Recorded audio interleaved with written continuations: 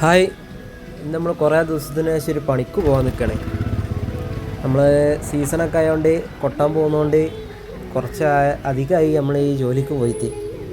എന്തായാലും നമ്മളെ വീഡിയോയിൽ കാണിച്ചു തരാം എന്താണ് നമ്മളെ വർക്ക് കാര്യങ്ങളെന്നൊക്കെ. ഹായ്, നമ്മളെ ഉത്സവ സീസൺ ഏകദേശം എൻഡ് ആയിട്ടുണ്ട്. അപ്പോൾ നമ്മൾ ഇന്ന് മുതൽ വർക്കിന് തിരിച്ച് കയറിയിട്ടുണ്ട്. നമ്മളെ വർക്ക് എല്ലാവർക്കും പിന്നെ പേഴ്സണലായിട്ട് അറിയണ എല്ലാവർക്കും അറിയുണ്ടാവും എന്താണ് വർക്ക് കാര്യങ്ങളെന്നുള്ളതൊക്കെ. അപ്പോൾ വർക്ക് സ്റ്റുഡിയോ വർക്കാണ്.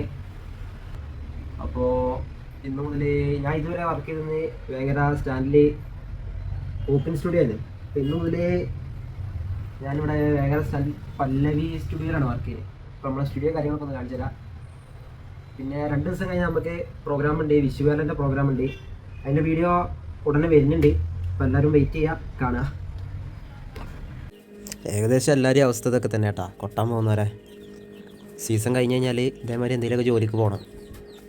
ഇതേമാതിരി ജോലി തന്നെ കളഞ്ഞാണ്ട് കൊട്ടാൻ വരുന്നവരുണ്ട്. നമ്മൾ ഏകദേശം അങ്ങനെയൊക്കെ തന്നെയാണ്. ഇതിപ്പോൾ നമ്മളെ സ്റ്റുഡിയോയിൽ ഇവിടെ ആളില്ലാത്തതുകൊണ്ട് നമ്മൾ ഇവിടെ വർക്ക് ചെയ്യണമെന്നുള്ളൂ.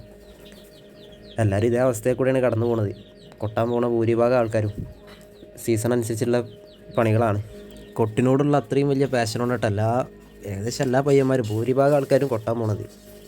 പിന്നെ ഒരു ലഹരിയാണ്. ഇതിൻ്റെ അത്ര ഒരു ഇഷ്ടപ്പെട്ട് ചെയ്യാൻ പറ്റിയ വേറെ ജോലി ഇല്ല സത്യം പറഞ്ഞാൽ.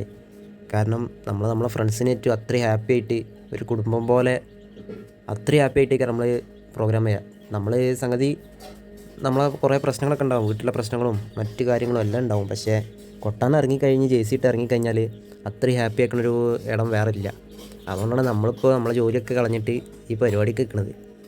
അല്ലെങ്കിൽ നമുക്ക് ജോലി ചെയ്താണ്ട് പൈസ ഉണ്ടാക്കാൻ പറ്റിയ പരിപാടികൾ പലതും ഉണ്ട്. പക്ഷേ നമ്മൾ അത്രയും നമ്മളൊരു ഫാമിലി പോലെ പ്രോഗ്രാം ചെയ്യുമ്പോൾ കിട്ടുന്ന ഫീല് വേറെയാണ്. അപ്പോൾ ഇതാണ് നമ്മുടെ സ്റ്റുഡിയോ കാര്യങ്ങളൊക്കെ.